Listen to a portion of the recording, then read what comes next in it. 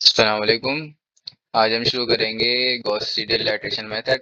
सबसे पहले तो मैं ये बताऊंगा कि गॉस सीडल लाइट्रेशन मेथड होता क्या है, फिर इसका सॉल्यूशन करेंगे। तो गॉस सीडल लाइट्रेशन मेथड दरअसल हमारे पास एक न्यूमेरिकल टेक्निक है जो सिस्टम ऑफ लीनियर इक्वेशन को सॉल्व करने के लिए यूज होती है। ये मेथड कहलाता है जैकोबी मेथड का मॉडिफाइड वर्जन। ठीक है। अब क्यों कहते हैं ऐसा भाई, देखो जैकोबी में हम एक आइटरेशन का रिजल्ट निकाल लिया करते थे, एक्स वाई जेड की वैल्यू आ जाया करती थी, उसको नेक्स्ट आइटरेशन में यूज किया करते थे। नेक्स्ट आइटरेशन में इसमें क्या करते हैं, इसमें हम जैसे फॉर एग्जांपल मैंने फर्स्ट आइटरेशन में एक्स की वैल्यू निकाल ली है, तो उसी रीसेंट एक्स की वैल्यू को अब जब मैं नेक्स्ट बिल्कुल फौरन वाई की वैल्यू निकालूँ ना, उसी को फौरन के फौरन पुट कर दूंगा नेक्स्ट वाली में। ठीक है। तो इसको क्यों कहते हैं कि जगोबी का मॉडिफाइड वर्जन, क्योंकि जगोबी में हम पहली इटरेशन के बाद उसकी पुरानी वैल्यूज अगली इटरेशन में यूज करते थे, इसमें रिसेंट रिसेंट फॉरन के फॉरन करते रहते हैं। ठीक है। जैसे मेरे एक्स की वैल्यू आएगी, उस एक्स की वैल्यू को मैं फॉरन वाई की वैल्यू निकालने के लिए यूज कर लूंगा, फिर जो वाई की वैल्यू आएगी उसी वाई की वैल्यू को मैं रिसेंट जो वाई की वैल्यू आ गई ना बिल्कुल अभी के अभी, उसी को मैं जेड की वैल्यू निकालने के लिए यूज करूंगा। ऐसा नहीं कि उसकी जगूबी की तरह बिल्कुल सॉल्व नहीं होगा। ठीक है। और बाकी है बिल्कुल इसी तरह सिमिलर है।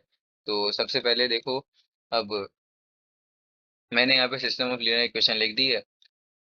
अब आप देखते जाओ यहाँ पे आपके पास अगर क्वेश्चन एग्जाम्स में भी आपके पास इस तरह की इक्वेशन आ गई, ठीक है, और लिखा हुआ होगा गॉस रिलेशन है, सॉल्व करो, तो जाहिर सी बात है गॉस रिलेशन का ही क्वेश्चन है वो। अब फॉर एग्जांपल आप लोगों ने नहीं बताया है किस मेथड से सॉल्व करना है। ठीक है। तो सबसे पहले आपको बताया था मैंने, हमें क्या सॉल्व देखना पड़ता है कि भाई वो मेथड देखो वो गॉस सीरीज से सॉल्व हो भी रहा है नहीं हो रहा, तो वो चेक करने के लिए हम क्या करते हैं, कन्वर्जन मालूम करते हैं कि वो भाई कन्वर्ज कर रहा है या डाइवर्ज कर रहा है। अगर कन्वर्ज कर रहा होगा तो इट मीन्स उसका सॉल्यूशन है मौजूद, अगर डाइवर्ज कर रहा होगा तो उसका मतलब क्या है, उसका सॉल्यूशन पॉसिबल ही नहीं है। तो अब उसका मेथड क्या होता है गॉस सीडल में मालूम करने का, हमारे पास एक तरीके से तीन मेथड हैं। सबसे इजी जो है, सबसे पहले हमें चेक करना होता है, वो आप देख लो कि भाई हमारे पास जो मैट्रिक्स मतलब सिस्टम हैगा वो हमारे पास स्ट्रिक्टली डायगनली डोमिनेंट है या नहीं है। ठीक है। अगर है स्ट्रिक्टली डायगनली डोमिनेंट तो बस फिर आपका 100% कन्वर्ज कर जाएगा, और कन्वर्ज करना मतलब वो एग्जैक्ट वैल्यू की तरफ जाता रहेगा और चले आएगा। ठीक है। तो बस, तो अब क्या होता है उसके बाद आपका, हम एसपीडी चेक करते हैं भाई एसपीडी।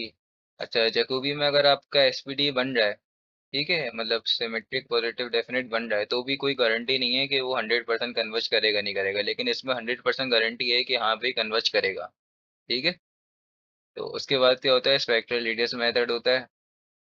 स्पेक्ट्रल रेडियस मेथड जो हमारे पास है ना, ये मोस्ट कॉमन यूज होता है। क्यों ये मोस्ट कॉमन यूज होता है, क्योंकि सबसे एक तो इजीएस्ट भी यही है, और मतलब 100% इसमें यह है कि अगर कन्वर्ज करेगा तो आपका क्या होगा, आपका वो सॉल्यूशन आएगा, और वरना अगर कन्वर्ज नहीं किया तो उसका मतलब आपका डाइवर्स करेगा, तो मतलब सॉल्यूशन है ही नहीं, उसका पॉसिबल ही नहीं है। तो बस उसके आगे कोई कहानी है ही नहीं कि हम उसको ऐसे करेंगे ऐसे करेंगे। समझ गए? अच्छा भाई, स्ट्रिक्टली डायगोनली डोमिनेंट, एसपीडी और स्पेक्ट्रल रेडियस, ये सब हम करेंगे नेक्स्ट वीडियोस में। मैं समझाऊंगा कि कन्वर्जन कैसे फाइंड करते हैं, ये सब चीज़ें बताऊंगा। अभी तो बस मैं पेपर के पॉइंट ऑफ व्यू से बता रहा था कि सबसे पहले तो आपको ये करना है कि भाई वो सवाल सॉल्व हो भी रहा है नहीं हो रहा, मतलब कन्वर्ज कर रहा है नहीं कर रहा।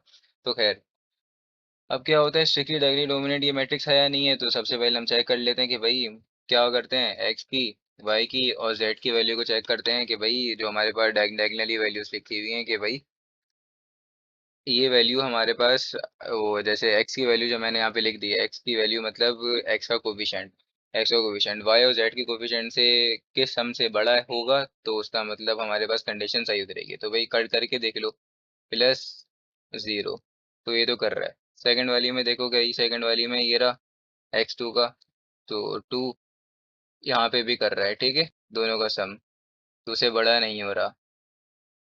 इसका कोफिशिएंट क्या है, 1 है ना, मतलब -1। ठीक है भाई। इसके बाद थर्ड में आओ, यहाँ पे भी कर रहा है, तो इसका मतलब हमारे पास क्या है ये भाई, ये हमारे पास डायगनली डोमिनेंट है। तो अब कोई सोचने वाली बात ही नहीं है, अगर डायगनली डोमिनेंट है तो 100% कन्वर्ज करेगा। अब क्या है, हम सबसे पहले x की वैल्यू निकाल लेते हैं, y की वैल्यू निकाल लेते हैं, z की वैल्यू निकाल लेते हैं। तो यहाँ पे हमें x1 x2 x3 के फॉर्मेट में दिया हुआ है, तो सबसे पहले तो मैं x1 की वैल्यू निकाल लूंगा। x1 की वैल्यू निकाल लूंगा मैं 1/2 7 प्लस x2। ये कैसे निकली? x2 यहाँ पे माइनस हो रहा है, दूसरी तरफ जाके प्लस हो जाएगा। इसी तरह से 7 यहाँ पे पहले से ही लिखा हुआ है, और x1 की निकालनी है तो यहाँ पे 1 वो 2 लिखा हुआ है, 2 दूसरी साइड पे जाके डिवाइड हो जाएगा और मेरे पास निकल गया। ये सब तो आपको आता ही होगा खैर।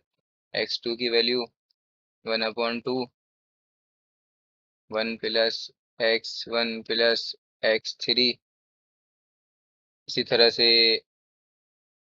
x3 की निकाल लूंगा वैल्यू 1/2 1 प्लस x2। ठीक है। अब इन इनिशियल गैस आप लोगों को सबको पता है, इनिशियल गैस हम लेते हैं। इनिशियल गैस लेंगे यहाँ पे x1 x2 x3 के फॉर्मेट में, तो x1 लेंगे 0 और x2 भी लेंगे, x2 भी लेंगे 0 और x3 भी लेंगे हम 0। ठीक है। अच्छा, इसका m+1, ये होगा m, ये होगा m+1, ये होगा m, ये होगा m, ये होगा m+1, ये होगा m। ठीक है। ये क्यों लिखते हैं? हम आइट्रेशन शो करवाने के लिए लिखते हैं, और m की वैल्यू सॉल्व, m की वैल्यू मतलब पुट करते रहते हैं 0 1 2 3, इस तरह सो ऑन करते रहते हैं। तो फॉर फर्स्ट आइट्रेशन, तो फर्स्ट आइट्रेशन, ठीक है, फर्स्ट आइट्रेशन के लिए m की वैल्यू 0 पुट करेंगे तो ये बन जाएगा 0 पुट करेंगे ना m की वैल्यू, तो ये बन जाएगा 1। और इस ये 1 शो करा रहा है कि ये पहली आइट्रेशन है। ठीक है। और कुछ काम नहीं इसका, बस ये पहली आइट्रेशन ये शो करा रहा है, पहली आइट्रेशन। अब 1/2 7 प्लस x2 और m की जगह पे 0 पुट हो गया। ठीक है। अब आपको पता है इनिशियल वैल्यू जो मेरे पास आई थी मैं वही पुट करूंगा, 7 प्लस 0 आ गया। इसका आंसर मेरे पास आ गया 3.5। अब देखो, अब मेरे पास x1 का आंसर आ गया ना। x1 का आंसर जो अब आया ना, अब मैं किसकी निकालूंगा? x2 निकालूंगा ना उसके बाद। तो x2 में यहाँ पे x1 की जगह पे यही वैल्यू डलेगी, यही वैल्यू जो मेरे पास अभी 3.5 आई है। बस इसमें ये डिफरेंस है, हमारे पास जो रिसेंट वैल्यू आती रहती है उसी को कर करके अपडेट करते रहते हैं। इसी वजह से यही वजह है कि हमारे पास जो आंसर है वो मतलब जो वैल्यू हैगी वो ज़्यादा जल्दी कन्वर्ज करती है। ठीक है। यही वजह है इसमें, इसका कन्वर्जन रेट फास्ट होता है। अब क्या, मैंने y2 लिख दिया, x2 था और वहाँ तो 1 ही आएगा खैर। 1/2 1, अब x1 प्लस, उसके बाद आएगा यहाँ पे x3, तो जाहिर सी बात है उसका ही आएगा, क्योंकि अभी हम निकाले नहीं, यहाँ पे पुराने वाले का ही आएगा x3। ठीक है। तो यहाँ पे हम जो मैनेज करते हैं ना उसी के हिसाब से मैनेज करते हैं खैर। जो यहाँ पे लिखना बेकार है, बस इसको मैनेज हम अपनी रिसेंट रिसेंट वैल्यूज के हिसाब से करते रहते हैं। ठीक है। x3 निकाला नहीं है ना, तो मैं यहाँ पे x3 की वैल्यू कैसे मैं लिख सकता हूँ? अब क्या है भाई, 1/2 1 प्लस x1 का आंसर क्या है? ये रहा x1 का आंसर। ठीक है। तो x1 का आंसर पुट कर दूंगा 3.5। ये होता है बस फर्क इसमें कि बस रिसेंट वैल्यू यूज करते रहते हैं और आंसर पुट करते जाएंगे। x3 क्या है? ये रहा x3 0 0 था ना, ये रहा। अब आ गया इसका 2.25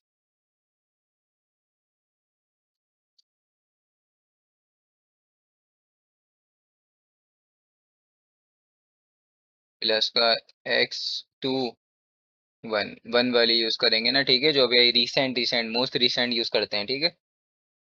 1/2 ये लिखा हुआ है ऊपर, आप यहाँ पे देख सकते हो।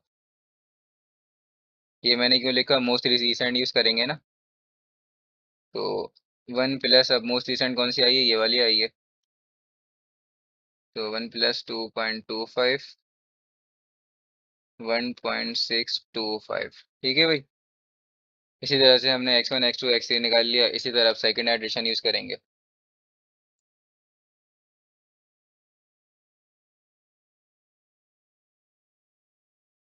ये फर्स्ट एडिशन थी, अब ये for second edition. Second edition के लिए क्या करेंगे, x1 m की वैल्यू मेरे पास क्या पुट होगी, 1 पुट होगी। अब खैर अब m की वैल्यू वगैरह सब छोड़ो, बस अब अपने माइंड में ही बिठा लो कि इस तरह से करते हैं ये। ठीक है, इक्वेशन मेरे पास बनी हुई है x1 की, आप देख सकते हो ऊपर से, अब बार बार दिखाने की जरूरत तो नहीं ना, ये बनी हुई।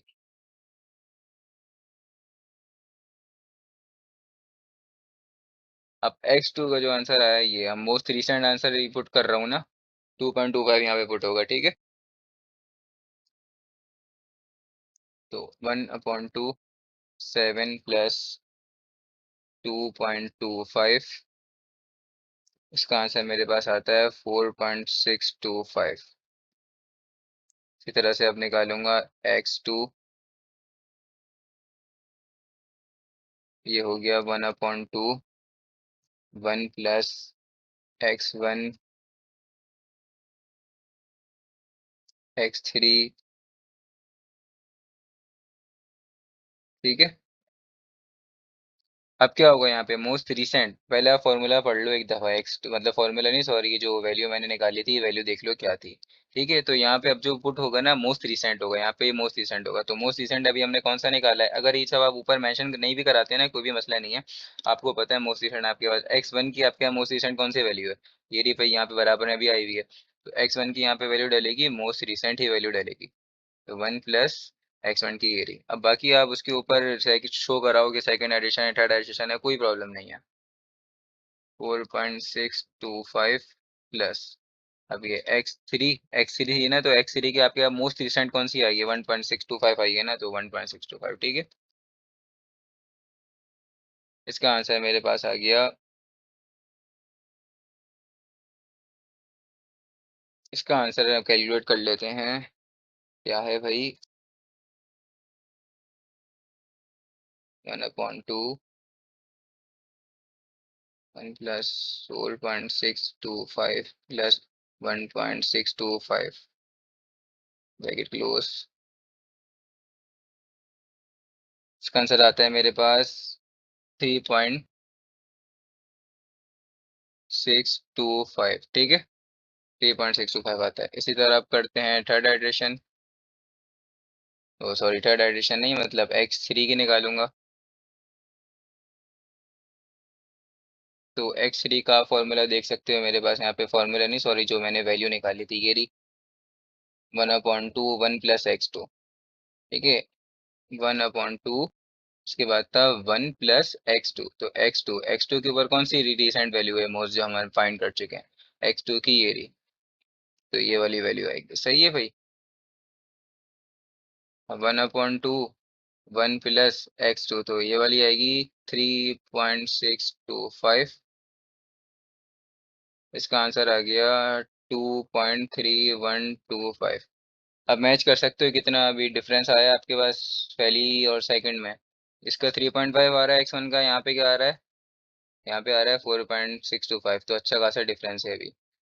2.25 यहाँ पे आ रहा है, 3.625 यहाँ पे 2 पॉइंट, और यहाँ पे 1.6, तो अभी फर्क है अच्छा खासा। ठीक है, तो इसका मतलब अभी हमें और करना है सॉल्व। अब क्या है हमारे पास, थर्ड एडिशन लगाएंगे। अब बस इसी इसी तरह से होती रहेगी, सेम सेम जैसे मैंने अभी बताया ना, बस मोस्ट रिसेंट यूज कर करके पुट पुट करते जाएंगे, मोस्ट रिसेंट फाइंड कर करके। इसका था 1/2, 7 प्लस x2, इसका ये मैंने निकाली थी, इसकी इक्वेशन x1 की मैंने इक्वेशन ये बनाई थी। तो बस अब यहाँ पे मोस्ट रिसेंट कौन सी है, ये है कि मेरे पास सेकंड एडिशन वाली।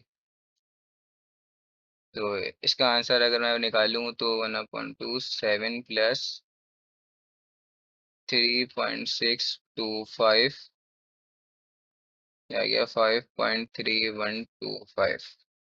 ठीक है भाई, मोस्ट रिसेंट पुट हुई है ना, ये वाली मोस्ट रिसेंट कौन सी, ये सामने लिखी हुई है। अब क्या है, x2 फाइंड करूंगा थर्ड इटरेशन का।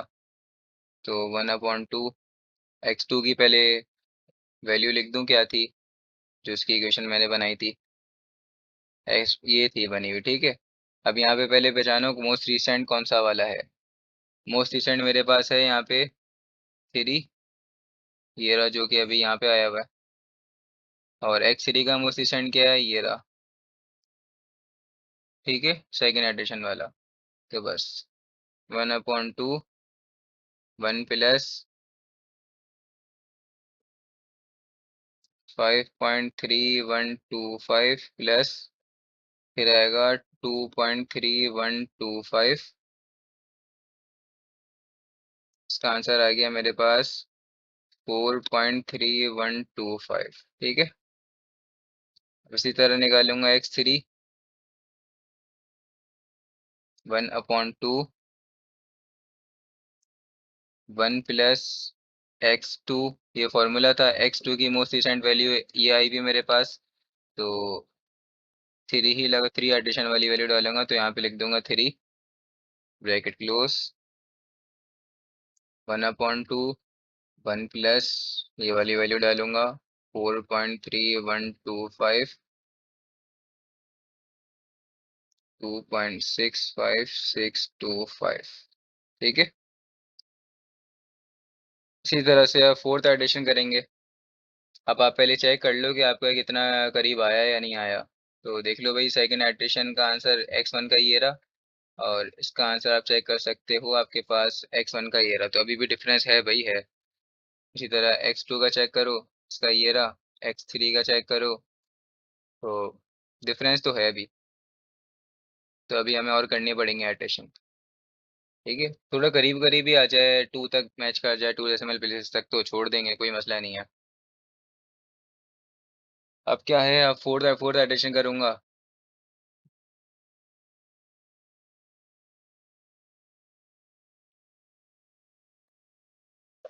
अब देखो, यहाँ में मैंने चौथी एडिशन करके शो करा दी।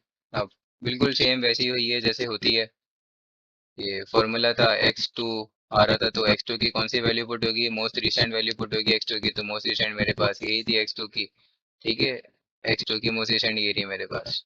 ठीक है, तो मैंने पुट कर दी।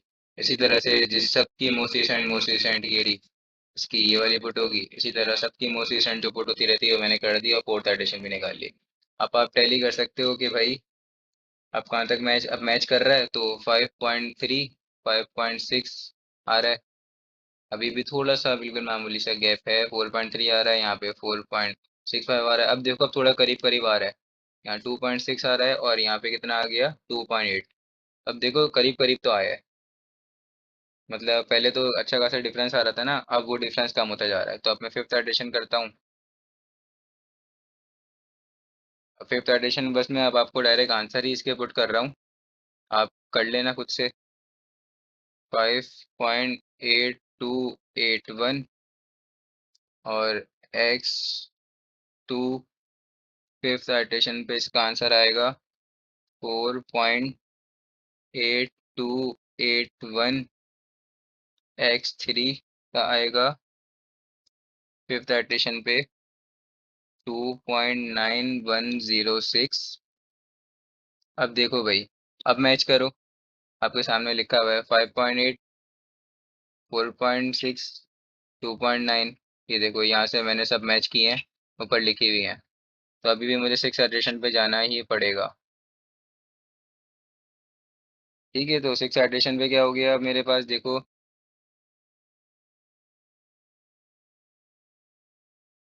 6 लिखना था मुझे यहाँ पर। इसका आंसर आ रहा है 5.9140। इसका आ रहा है 4.9140।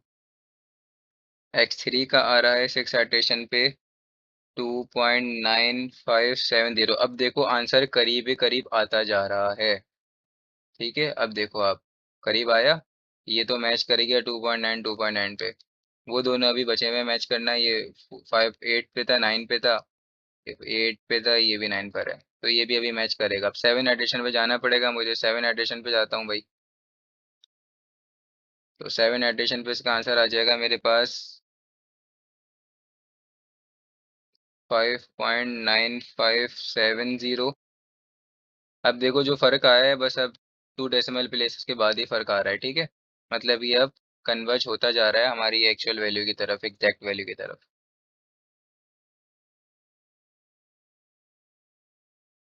4.9570, और फिर इसका आ रहा है मेरे पास 2.9785। अब देखो, यहाँ तक तो मेरा बिल्कुल ठीक है। अब देखो तकरीबन 1 डेसिमल प्लेसेस तक मैच कर ही गया है, 1 डेसिमल प्लेस तक मैच कर ही गया है। देखो यहाँ भी मैच कर रहा है, यहाँ भी मैच कर रहा है, यहाँ भी मैच कर रहा है 1 डेसिमल प्लेसेस तक, ठीक है। तो अब आप एक बात नोट करो कि भाई 1 डेसिमल प्लेस तक मैच कर रहा है। अब मैं अगर और आइट्रेशन लगाता हूँ तो अब 1 डेसिमल प्लेस पे कोई फर्क नहीं आएगा। नहीं आ रहा है ना फर्क। फर्क कहाँ आ रहा है, उसके बाद आ रहा है सेकंड डेसिमल प्लेस पर, ठीक है। तो आप आइट्रेशन लगाते रहो लगाते रहो लगाते रहो, तो ये क्वेश्चन बहुत लेंदी हो जाएगा, ठीक है। अगर आपको पेपर ने बोल दिया इतनी एडिशन करो इतनी एडिशन करो तो ठीक है, वरना अगर करना चाहते हो तो करते रहो, आपका आंसर क्लोज होता जाएगा। ये तकरीबन आपके पास बन जाएगा, यहाँ तक पहुँच जाएगा। x1 5.9570, ये अप्रोक्सीमेटली इक्वल है 6 के ही, ठीक है। इसी तरह x2, ये जो लास्ट वाला है लास्ट वाला लिख रहा हूँ, ठीक है। आप करते जाओ, देखना है आपका बिल्कुल 6 के करीब जाएगा, ये आप देख लेना, ठीक है। करते जाओ और एडिशन करते रहो, लेकिन बहुत सारी एडिशन होंगी इस पर। लेकिन कन्वर्ज ये जरूर कर रहा है हमारे एग्जैक्ट वैल्यू की तरफ, ठीक है। डाइवर्ज नहीं कर रहा है, मतलब उससे दूर नहीं जा रहा, करीब ही आ रहा है। 2.9785, ये अप्रोक्सीमेटली इक्वल्स है 3 के। तो हमारे पास 653, ये हमारे पास वैल्यूज किसकी आ गई। x1 की वैल्यू 6, x2 की वैल्यू 5, x3 की वैल्यू 3।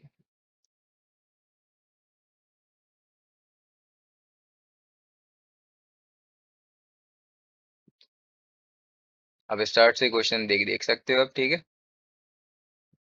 ये ऊपर का जो मैंने आपको ये बताया है, ये डोमिनेंट वगैरह, इसके बारे में ये मैं अलग वीडियो में आपको कवर करूंगा।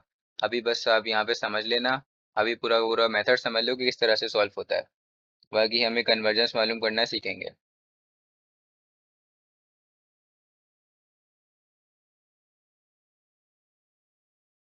फर्स्ट आइट्रेशन की, फिर उसके बाद सेकंड आइट्रेशन की,